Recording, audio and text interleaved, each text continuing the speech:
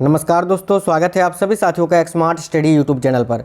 साथियों, Delhi police constable का exam चल रहा है और हर शिफ्ट में 8 से 10 क्वेश्चन आपको इकोनॉमिक्स यानी अर्थशास्त्र से पूछा जा रहा है। तो आज की इस क्लास में टॉप 100 इकोनॉमिक्स के क्वेश्चन आंसर करेंगे, जो कि आपके दिल्ली पुलिस कांस्टेबल एग्जाम्स के लिए बहुत ज़्यादा महत्वपूर्ण है। तो साथियों, जिनका पेपर अभी आने वाले दिनों में होने वाला है, बहुत ही महत्वपूर्ण आपके लिए क्लास होने वाला है। शुरू से अंत तक आपको ये पूरे 100 क्वेश्चन देख लेना है और साथ ही साथ अपने दोस्तों को भी शेयर करना है। तो सभी से रिक्वेस्ट है, वीडियो को एक लाइक कर दीजिए और साथियों सभी लोग अपने दोस्तों के साथ जरूर शेयर करिएगा। आप में से अगर कोई भी साथी नए हैं, चैनल को सब्सक्राइब करके बेल आइकन को ऑन करके ऑल पे क्लिक कर लीजिए। इससे आपको सारे क्लासेस का नोटिफिकेशन आएगा। अभी दिल्ली पुलिस के बाद एसएससी जीडी का बिल्कुल धमाकेदार तैयारी आपको करवाने वाले हैं, तो चैनल सब्सक्राइब करके बेल आइकन को ऑन कर लीजिएगा। चलिए देखते हैं आज के क्वेश्चन। और आज की क्लास का पहला क्वेश्चन आपके स्क्रीन पर है कि नीली क्रांति का संबंध निम्न में से किससे है। बहुत ही सिंपल क्वेश्चन है। देखिएगा, नीली क्रांति का संबंध किससे है, तो याद रखिएगा साथियों, मत्स्य पालन से। ठीक है, option number A correct answer हो जाएगा, मत्स्य पालन। अगला है, विश्व में कॉफी का उत्पादन भारत का, विश्व में कॉफी, देखिए उत्पादन में भारत का स्थान आपसे पूछा है। तो देखिए, पूरे विश्व में कॉफी के उत्पादन में भारत का स्थान कितनावां है, ये आपसे पूछा जा रहा है। अगर भारत में पूछे कि सबसे अधिक कॉफी का उत्पादन कहाँ होता है, तो देखिए करेक्ट आंसर आपका कर्नाटक हो जाएगा। ठीक है, कर्नाटक। और पूरे विश्व में भारत का स्थान कितनावां है, तो याद रखिएगा साथियों, छठा। तो ऑप्शन नंबर सी करेक्ट होगा। और अगर पूछे विश्व में कौन सा देश कॉफी के उत्पादन में सबसे आगे है, तो याद रखिएगा ब्राजील। आगे देखिए, चावल निर्यात के मामले में भारत का विश्व में कौन सा स्थान है, तो चावल निर्यात के मामले में भारत का विश्व में दूसरा स्थान है। पहले स्थान पर चीन आता है। निर्यात के मामले में पूछा है, ठीक है, यानी एक्सपोर्ट के मामले में। अगला क्वेश्चन है, कौन सा देश विश्व में गेहूं का सर्वाधिक उत्पादन करता है, तो देखिए गेहूं के उत्पादन में सबसे आगे कौन सा देश है, तो यहाँ भी आपका करेक्ट हो जाएगा ऑप्शन नंबर सी, चीन। आगे देखिएगा, अगला क्वेश्चन है, खाद्य एवं कृषि संगठन का मुख्यालय कहाँ स्थित है, तो साथियों देखिए खाद्य एवं कृषि संगठन का मुख्यालय कहाँ पर स्थित है, तो याद रखिएगा रोम में। ऑप्शन नंबर ए करेक्ट हो जाएगा, रोम। अगला क्वेश्चन है, किसान क्रेडिट कार्ड योजना किस वर्ष शुरू की गई थी, तो ध्यान से देखिए किसान क्रेडिट कार्ड योजना ये कब शुरू की गई थी, तो याद रखिएगा 1998 में। ऑप्शन नंबर सी यहाँ आपका करेक्ट आंसर हो जाएगा। साथियों, जिस टाइप के क्वेश्चन आपको पेपर में पूछा जा रहा है, बिल्कुल वही लेवल के क्वेश्चंस आपको आज इस वीडियो में करवा रहे हैं। अगला क्वेश्चन है, भारत में फसलों के सकल क्षेत्रफल में से खद्यानों का क्षेत्रफल कितना है, तो ध्यान से देखिए भारत में फसलों के सकल क्षेत्रफल में से खद्यानों का क्षेत्रफल कितना है, तो 70% से अधिक। याद रखिए ऑप्शन नंबर बी। विश्व में दूध उत्पादन के क्षेत्र में भारत का स्थान कितनावां है, तो देखिए पूरे विश्व में दूध के उत्पादन में भारत का स्थान है पहला, यानी पूरे विश्व में सबसे अधिक दूध का उत्पादन जो है वो अपने देश भारत में ही होता है। एक क्वेश्चन है, इंद्रधनुषीय क्रांति का संबंध किससे है, तो देखिए अगला क्वेश्चन है आपका इंद्रधनुषीय क्रांति से। तो याद रखिएगा साथियों, इंद्रधनुषीय क्रांति का संबंध नीली क्रांति, हरित क्रांति और श्वेत क्रांति, इन सभी से है। तो करेक्ट हो जाएगा ऑप्शन नंबर डी, याद रखिएगा। ठीक है, अगला क्वेश्चन है, भारत में तंबाकू का सर्वाधिक उत्पादन करने वाला राज्य कौन सा है, तो देखिए भारत में सबसे अधिक तंबाकू का उत्पादन कहाँ होता है, तो आंध्र प्रदेश में। राइट होगा ऑप्शन नंबर ए। अगला, भारत में गेहूं का सर्वाधिक उत्पादन करने वाला राज्य कौन सा है, तो याद रखिएगा भारत में गेहूं का सबसे अधिक उत्पादन कहाँ से होता है, तो उत्तर प्रदेश से। ऑप्शन नंबर डी करेक्ट हो जाएगा। अगला क्वेश्चन है, विश्व में सेलफोन का सबसे बड़ा उत्पादक देश, यानी मोबाइल फोन का सबसे बड़ा उत्पादक देश कौन सा है, तो करेक्ट हो जाएगा बिल्कुल चीन। ऑप्शन नंबर ए।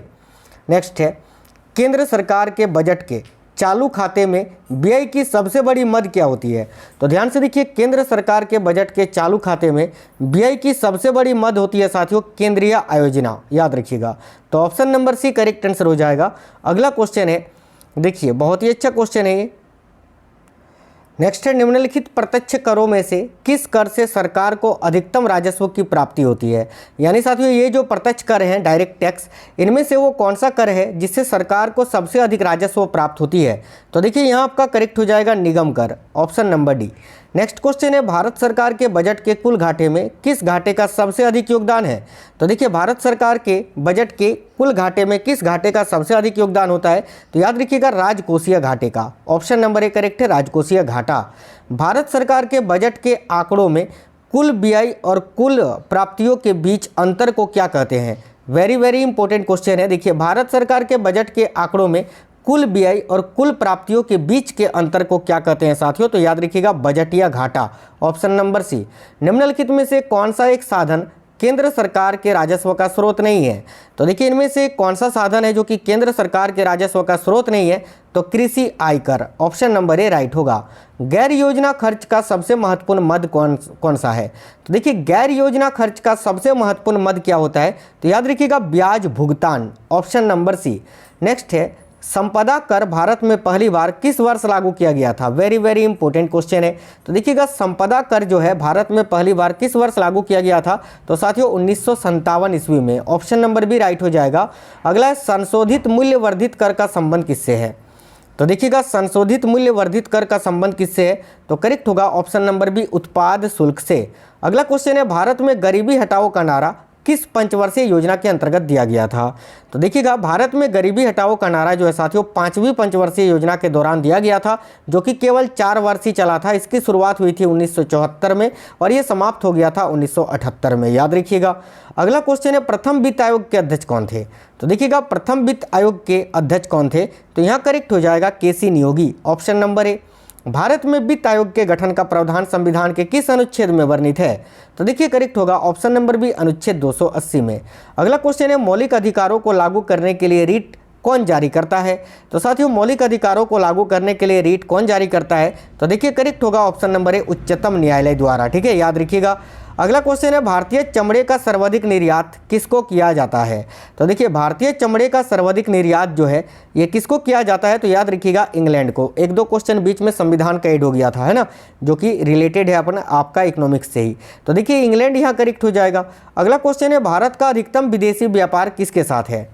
देखिएगा भारत का अधिकतम विदेशी व्यापार जो है साथियों वो किसके साथ है? तो याद रखिए यूएसए के साथ, यानी संयुक्त राज्य अमेरिका के साथ। अगला है भारत द्वारा सबसे अधिक विदेशी मुद्रा किस पदार्थ के आयात पर व्यय की जाती है? तो भारत सबसे अधिक विदेशी मुद्रा किस पदार्थ के आयात पर व्यय करती है? तो देखिए करेक्ट हो जाएगा साथियों पेट्रोलियम पदार्थ पर, ऑप्शन नंबर बी। नेक्स्ट है भारतीय विदेशी व्यापार संस्थान कहाँ स्थित है? तो ध्यान से देखिएगा भारतीय विदेशी व्यापार संस्थान ये नई दिल्ली में स्थित है, ऑप्शन नंबर सी। नेक्स्ट है निम्न में से किस एक जगह मुक्त व्यापार क्षेत्र नहीं है? तो देखिएगा इनमें से किस एक जगह पर मुक्त व्यापार क्षेत्र नहीं है? तो राइट होगा साथियों ऑप्शन नंबर सी तिरुवनंतपुरम में, क्योंकि मुंबई में भी है और विशाखापट्टनम में भी है, तिरुवनंतपुरम में नहीं है। अगला नायक समिति का संबंध किससे था? तो ध्यान से देखिए नायक समिति गठित की गई थी लघु उद्योगों के लिए, तो लघु उद्योग से संबंधित है, ऑप्शन नंबर बी। नेक्स्ट है किस वर्ष में विदेशी विनिमय प्रबंधन अधिनियम प्रभावी हुआ था? तो वह कौन सा वर्ष है जिस वर्ष में विदेशी विनिमय प्रबंधन अधिनियम जो है ये प्रभावी हुआ? तो करेक्ट होगा 2003 में, ऑप्शन नंबर ए 2003। अगला है केलकर टास्क फोर्स की सिफारिशों का संबंध किससे है? तो देखिए केलकर टास्क फोर्स की सिफारिशों का संबंध किससे है? तो याद रखिएगा करेक्ट होगा करों से, टैक्स से, ऑप्शन नंबर सी कर। अगला है नरसिम्हन रिपोर्ट का संबंध किसके पुनर्गठन से है? तो साथियों देखिए नरसिम्हन रिपोर्ट का संबंध जो है ये किसके पुनर्गठन से है? तो याद रखिए करेक्ट आएगा बैंकिंग संशोधन से या बैंकिंग संस्थान से, ऑप्शन नंबर भी करेक्ट है। नेक्स्ट है यदि सूरत में बनी वस्तुएं मुंबई या दिल्ली में बेची जाए तो यह व्यापार किस प्रकार का व्यापार कहलाएगा? तो देखिए सूरत में बन रही है और मुंबई या दिल्ली में बेची जा रही है, तो ये देश के अंदर ही जो है इसका कारोबार हो रहा है, इसीलिए इस व्यापार को हम क्या बोलेंगे? तो प्रादेशिक व्यापार, ऑप्शन नंबर ए राइट होगा। अगला है कृष्ण क्रांति का संबंध किससे है? तो साथियों देखिएगा कृष्ण क्रांति का संबंध किससे है? तो करेक्ट होगा ऑप्शन नंबर डी खनिज तेल के उत्पादन से। आगे देखिए निम्नलिखित वर्गों में से किस वर्ग के देशों के साथ भारत का सर्वाधिक आयात व्यापार है? यानी निम्नलिखित वर्गों में से कौन सा वर्ग है जिस देश से या जिस देशों के वर्ग से भारत सबसे अधिक आयात करता है? तो यहाँ आपका करेक्ट हो जाएगा साथियों ओपेक के साथ, है ना, ऑप्शन नंबर सी ओपेक। अगला है चंद्रशेखरन समिति किससे संबंधित है? तो देखिए चंद्रशेखरन समिति का संबंध किससे है? तो साथियों शेयरों से, ऑप्शन नंबर ए शेयर बाजार से। अगला है किस समिति ने कृषि जोतों पर कर लगाने की संस्तुति की थी? यानी वह कौन सी समिति है जिसने कृषि जोतों पर कर लगाने की संस्तुति या सिफारिश की थी? तो देखिए करेक्ट होगा राज्य समिति ने, ऑप्शन नंबर डी। आगे देखिए अगला क्वेश्चन है केंद्र एवं राज्य के बीच वित्तीय विवादों के निपटारने हेतु मुख्य एजेंसी कौन सी है? तो केंद्र एवं राज्य के बीच जो वित्तीय विवाद होता है उसको कौन निपटारता है? तो देखिए यहाँ आपका करेक्ट हो जाएगा वित्त आयोग, ऑप्शन नंबर बी। अगला क्वेश्चन है देश में चीनी मिलों की सर्वाधिक संख्या किस राज्य में है? तो साथियों सबसे अधिक चीनी मिल महाराष्ट्र में स्थित है, याद रखिए option number C Maharashtra. Bharat में निम्नलिखित में से किस प्रकार का बिजली का उत्पादन सर्वाधिक होता है? तो देखिए भारत में सबसे अधिक बिजली जो है वो तापीय बिजली होता है। याद रखिएगा ऑप्शन नंबर ए, भारत में किस प्रकार की बिजली का उत्पादन सबसे अधिक होता है? तो तापीय बिजली का, ताप विद्युत का। अगला, भारत में वाणिज्यिक ऊर्जा की कितनी प्रतिशत पूर्ति कोयले से होती है? तो देखिए भारत में वाणिज्यिक ऊर्जा का कितना प्रतिशत पूर्ति कोयले के द्वारा होता है? तो याद रखिए 67%, ऑप्शन नंबर सी। अगला क्वेश्चन है, भारत में बेरोजगारी की किस्म पाई जाती है कौन सी? तो देखिए भारत में जो है ना साथियों, ये सभी प्रकार की बेरोजगारी पाई जाती है। चक्रीय बेरोजगारी, ग्रामीण अल्प रोजगार और संरचनात्मक बेरोजगारी, ऑप्शन नंबर डी ये सभी। कृषि में मूलतः किस प्रकार की बेरोजगारी की प्रधानता देखने को मिलती है? तो देखिए कृषि में जो है ना खास तौर पे अदृश्य बेरोजगारी की प्रधानता देखने को मिलती है। तो ऑप्शन नंबर बी करेक्ट होगा, अदृश्य बेरोजगारी। भारत में ग्रामीण क्षेत्रों में कौन सी बेरोजगारी सर्वाधिक पाई जाती है? तो भारत के जो ग्रामीण क्षेत्र होते हैं उनमें कौन सा जो बेरोजगारी है सर्वाधिक पाया जाता है? तो याद रखिएगा मौसमी बेरोजगारी और अदृश्य बेरोजगारी दोनों ही, ऑप्शन नंबर सी। वर्तमान समय में देश में किस प्रकार की बेरोजगारी की समस्या बहुत गंभीर समस्या बनी हुई है? तो देखिए करेक्ट होगा शिक्षित बेरोजगारी, option number C. Next question है, निम्नलिखित में से कौन सा मानव विकास सूचकांक में शामिल नहीं है? तो साथियों देखिए मानव विकास सूचकांक में जीवन प्रत्याशा, प्रौढ़ साक्षरता, वास्तविक प्रति व्यक्ति आय, ये तीनों शामिल है, लेकिन सामाजिक असमानता ये शामिल नहीं है। तो ऑप्शन नंबर डी राइट हो जाएगा। योजना आयोग किसके सर्वेक्षणों के आधार पर निर्धनता रेखा के नीचे के लोगों का आकलन करता है? तो यहाँ आपका करेक्ट हो जाएगा, याद रखिएगा राष्ट्रीय नमूना सर्वेक्षण संगठन के सर्वेक्षणों के आधार पर। तो ऑप्शन नंबर ए करेक्ट है। राज्य एवं राष्ट्रीय स्तर पर गरीबी का अनुमान लगाने के लिए योजना आयोग किसके सूत्र का प्रयोग करता है? बहुत ही इंपॉर्टेंट क्वेश्चन है। तो याद रखिए डीटी लाकड़वाला के सूत्रों का, ऑप्शन नंबर बी। निर्धनता का सर्वाधिक प्रकोप वाला राज्य कौन सा है? तो देखिए निर्धनता का सबसे अधिक प्रकोप वाला राज्य साथियों बिहार और ओडिशा। तो ऑप्शन नंबर ए करेक्ट होगा। यूएनडीपी की मानव विकास रिपोर्ट में भारत को किस श्रेणी में रखा गया है? देखिए United Nation Development Programme, UNDP का फुल फॉर्म होता है, इसकी मानव विकास रिपोर्ट में भारत को किस श्रेणी में रखा गया है? तो याद रखिए मध्यम मानव विकास श्रेणी में, ऑप्शन नंबर ए। नेक्स्ट है, मुद्रास्फीति से बाजार की वस्तुएं क्या होती हैं? तो ध्यान से देखिए मुद्रास्फीति से बाजार की जो वस्तुएं हैं वो साथियों महंगी हो जाती है, ऑप्शन नंबर डी। अगला है, वह अवस्था जिसमें मुद्रा का मूल्य गिर जाता है और कीमतें बढ़ जाती हैं क्या कहलाती है? तो वह अवस्था जिसमें मुद्रा का मूल्य गिर जाता है और कीमतें बढ़ जाती हैं वह साथियों मुद्रास्फीति कहलाता है, ऑप्शन नंबर ए। भारत का सबसे पुराना स्टॉक एक्सचेंज कौन सा है? तो देखिएगा भारत का सबसे पुराना स्टॉक एक्सचेंज है Bombay stock exchange, option number B. Next है, भारत में नोट जारी करने की कौन सी प्रणाली अपनाई जाती है? तो साथियों देखिए भारत में नोट जारी करने की कौन सी प्रणाली अपनाई जाती है? करेक्ट आएगा ऑप्शन नंबर ए, न्यूनतम आरक्षित प्रणाली। साथियों क्लास आपको बिल्कुल सुपर फास्ट करवा रहे हैं क्योंकि आपको अभी समय बचाना है। अगला है, सार्वजनिक क्षेत्र के वाणिज्यिक बैंकों की सर्वाधिक शाखाएं किस राज्य में हैं? तो देखिए करेक्ट आंसर हो जाएगा उत्तर प्रदेश में, ऑप्शन नंबर ए। निम्नलिखित में से कौन सी मुद्रा आपूर्ति नियंत्रण में सहायक नहीं है? यानी इनमें से कौन मुद्रा आपूर्ति नियंत्रण में सहायक नहीं होता है? तो देखिएगा बैंक दर नीति, मुद्रा आरक्षित अनुपात, ये दोनों तो सहायक होता है, लेकिन मुक्त बाजार नीति जो है ये मुद्रा आपूर्ति नियंत्रण में सहायक नहीं होती है। तो ऑप्शन नंबर ए करेक्ट हो जाएगा। अगला है, with you all the way किस बैंक की विज्ञापन पंक्ति है? यानी हम हर रास्ते आपके साथ हैं, ये किस बैंक की विज्ञापन पंक्ति है या टैगलाइन है? तो साथियों देखिए करेक्ट होगा भारतीय स्टेट बैंक की, एसबीआई का, याद रखना, स्टेट बैंक ऑफ इंडिया का। अगला है, किस देश में भारतीय राष्ट्रीयकृत बैंकों की सर्वाधिक शाखाएं कार्यरत हैं? यानी इनमें से कौन सा देश है भारत के बाहर जिसमें सबसे अधिक भारत के राष्ट्रीयकृत बैंकों की शाखाएं हैं? तो याद रखिए करेक्ट होगा यूके में, United kingdom, option number D. भारतीय स्टेट बैंक द्वारा देश में पहला तैरता हुआ एटीएम कहां पर स्थापित किया गया था? तो देखिए करेक्ट हो जाएगा ऑप्शन नंबर डी, कोच्चि में। अगला क्वेश्चन है, राष्ट्रीय आवास बैंक किसका नियंत्रण उपकरण है? तो देखिए राष्ट्रीय आवास बैंक एक किसका नियंत्रण उपक्रम है? तो करेक्ट हो जाएगा ऑप्शन नंबर ए, भारतीय रिजर्व बैंक का। अगला है, भारतीय लघु उद्योग विकास बैंक का मुख्यालय कहाँ स्थित है? वेरी वेरी इंपॉर्टेंट क्वेश्चन है ये। तो भारतीय लघु उद्योग विकास बैंक का मुख्यालय कहाँ स्थित है? याद रखिएगा साथियों लखनऊ में, ऑप्शन नंबर ए लखनऊ। देश में कुल कितने क्षेत्रीय ग्रामीण बैंक है? तो देखिए देश में लगभग कितने क्षेत्रीय ग्रामीण बैंक है? तो याद रखिए 196, ऑप्शन नंबर बी। नेक्स्ट है, भारत के किस राज्य में कोई क्षेत्रीय ग्रामीण बैंक नहीं है? तो भारत का कौन सा राज्य है जहां पर कोई भी क्षेत्रीय ग्रामीण बैंक नहीं है? तो याद रखिए सिक्किम और गोवा में, ऑप्शन नंबर डी यहां करेक्ट हो जाएगा। अगला, आईबीए से क्या तात्पर्य है? यानी IBA का फुल फॉर्म क्या होता है, बहुत ही इंपॉर्टेंट क्वेश्चन है ये। तो याद रखिएगा इंडियन बैंक एसोसिएशन है ना, IBA का फुल फॉर्म होता है इंडियन बैंक एसोसिएशन, याद रखिएगा। भारत में नए निजी बैंक की स्थापना के लिए कितनी न्यूनतम चुकता पूंजी होना आवश्यक है। तो साथियों भारत में अगर आप निजी बैंक की स्थापना करना चाहते हैं तो लगभग कितना पैसा आपके पास होना चाहिए, तो याद रखिएगा लगभग जो है कम से कम 250 करोड़ रुपये होने ही चाहिए। अगला है जीवन बीमा निगम की कौन सी पॉलिसी विशेषतः बच्चों के हितार्थ नहीं है। तो देखिए जीवन बीमा निगम यानी LIC की इनमें से कौन सी पॉलिसी है जो बच्चों के हितार्थ नहीं है। तो देखिएगा यहाँ आपका करेक्ट हो जाएगा साथियों जीवन सुरक्षा।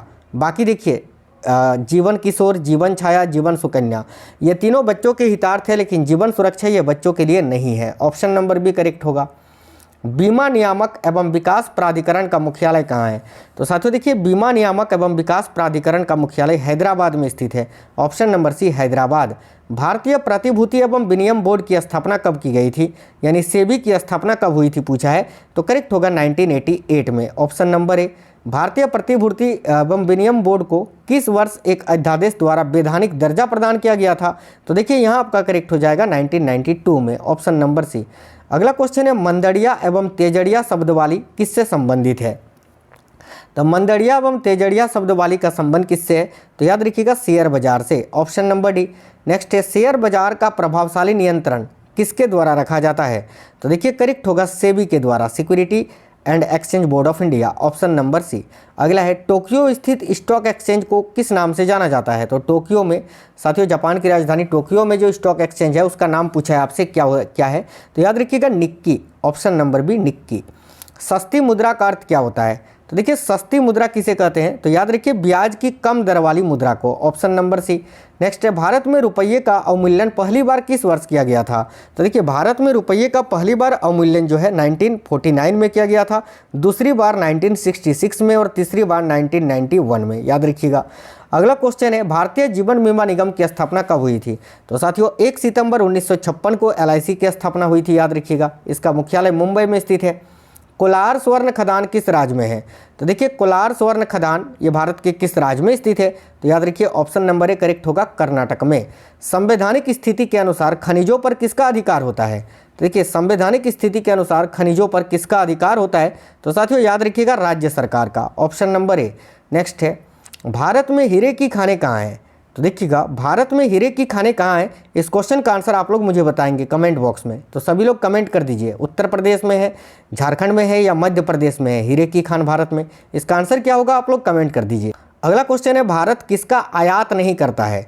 तो देखिए भारत इनमें से किसका आयात नहीं करता है, तो लौह अयस्क का साथियों। ऑप्शन नंबर ए करेक्ट हो जाएगा। अगला ग्रामीण विद्युतीकरण निगम की स्थापना कब की गई थी। तो देखिएगा ग्रामीण विद्युतीकरण निगम की स्थापना कब की गई थी, तो याद रखिए 1969 में। Option number A.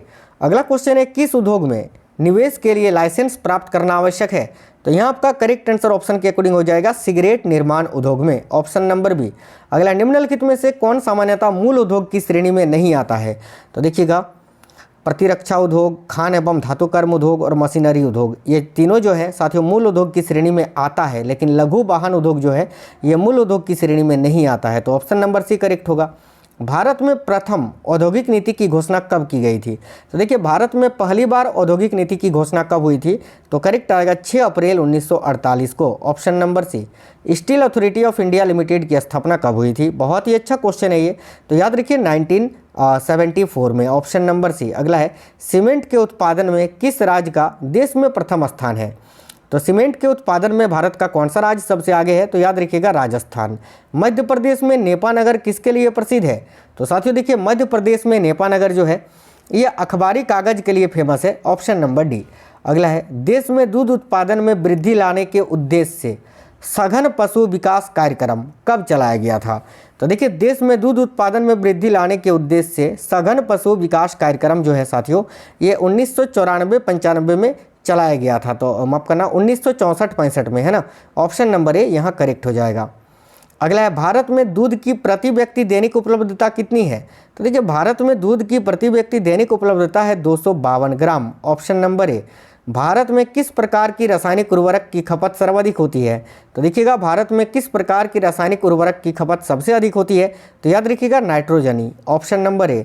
नेक्स्ट है आलू उत्पादन के मामले में भारत का विश्व में कौन सा स्थान है? तो देखिए आलू के उत्पादन में भारत का विश्व में 5वां स्थान है साथियों, याद रखिएगा 5th। भारत में सोयाबीन का सबसे अधिक उत्पादन किस राज्य में होता है? तो देखिएगा करेक्ट हो जाएगा ऑप्शन नंबर सी, मध्य प्रदेश में। किसान कॉल सेंटर तथा कृषि चैनल का शुभारंभ कब किया गया था?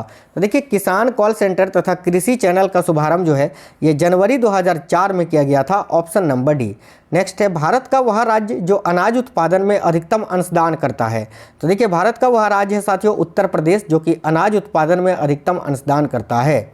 भारत में एग्रो इकोलॉजिकल जोन्स की संख्या कितनी है? तो देखिए भारत में एग्रो इकोलॉजिकल जोन्स की कुल संख्या 20 है, याद रखिएगा ऑप्शन नंबर सी 20। न्यूनतम समर्थन मूल्य का निर्धारक कौन होता है? तो देखिए न्यूनतम समर्थन मूल्य का निर्धारक आपसे पूछा है कौन होता है, तो याद रखिएगा कृषि लागत एवं मूल्य आयोग, ऑप्शन नंबर ए। नेक्स्ट है इस समय भारत का सबसे बड़ा राष्ट्रीयकृत उद्यम कौन सा है? तो देखिए इस समय भारत का सबसे बड़ा राष्ट्रीयकृत उद्यम इनमें से है भारतीय railway, Indian railway, option number ए। प्रत्येक वित्तीय वर्ष से ही व्यय के प्रत्येक मद का नया मूल्यांकन करके बजट बनाना क्या कहलाता है? ये बहुत ही इंपॉर्टेंट क्वेश्चन है साथियों। प्रत्येक वित्तीय वर्ष से ही व्यय के प्रत्येक मद का नया मूल्यांकन करके बजट बनाना क्या कहलाता है? तो याद रखिएगा जीरो बेस्ड बजट, यानी शून्य आधारित बजट, ऑप्शन नंबर सी। याद रखिए शून्य आधारित बजट को अपनाने वाला पहला राज्य अगर आपसे पूछे तो कौन था? तो आंध्र प्रदेश, ठीक है, 1956 में। चलिए आगे देखिएगा, भारत में सर्वप्रथम किस राज्य में शून्य आधारित बजट तकनीकी को अपनाया गया था? जैसे कि मैंने आपको बताया आंध्र प्रदेश ने, ऑप्शन नंबर ए। अगला क्वेश्चन है भारत में योजना से संबंधित सबसे पहला विचार प्रस्तुत करने का श्रेय किसे दिया जाता है? ये बहुत ही इंपॉर्टेंट क्वेश्चन है साथियों, देखिएगा। तो भारत में योजना से संबंधित सबसे पहला विचार जो है 1934 में ही एम विश्वेश्वरैया ने, याद रखिएगा साथियों, एम विश्वेश्वरैया ने प्रस्तुत किया था। तो ऑप्शन नंबर सी यहाँ आपका करेक्ट आंसर हो जाएगा। और योजना आयोग के पहले अध्यक्ष अगर पूछे तो जवाहरलाल नेहरू यहाँ करेक्ट हो जाएगा। साथियों आज इस क्लास में इकोनॉमिक्स के यानी अर्थशास्त्र के टॉप 100 क्वेश्चंस आपको करवाए दिल्ली पुलिस कांस्टेबल एग्जाम 2023 के लिए, जो कि बहुत ही महत्वपूर्ण थे। आप लोग इस वीडियो को लाइक जरूर कर देना और कमेंट बॉक्स में बताना आपको आज का ये क्लास कैसा लगा है, और साथियों अपने सभी दोस्तों तक जरूर शेयर करना। तो मिलेंगे आपसे नेक्स्ट वीडियो में, तब तक बिल्कुल स्वस्थ रहें। जय हिंद सभी को, वंदे मातरम।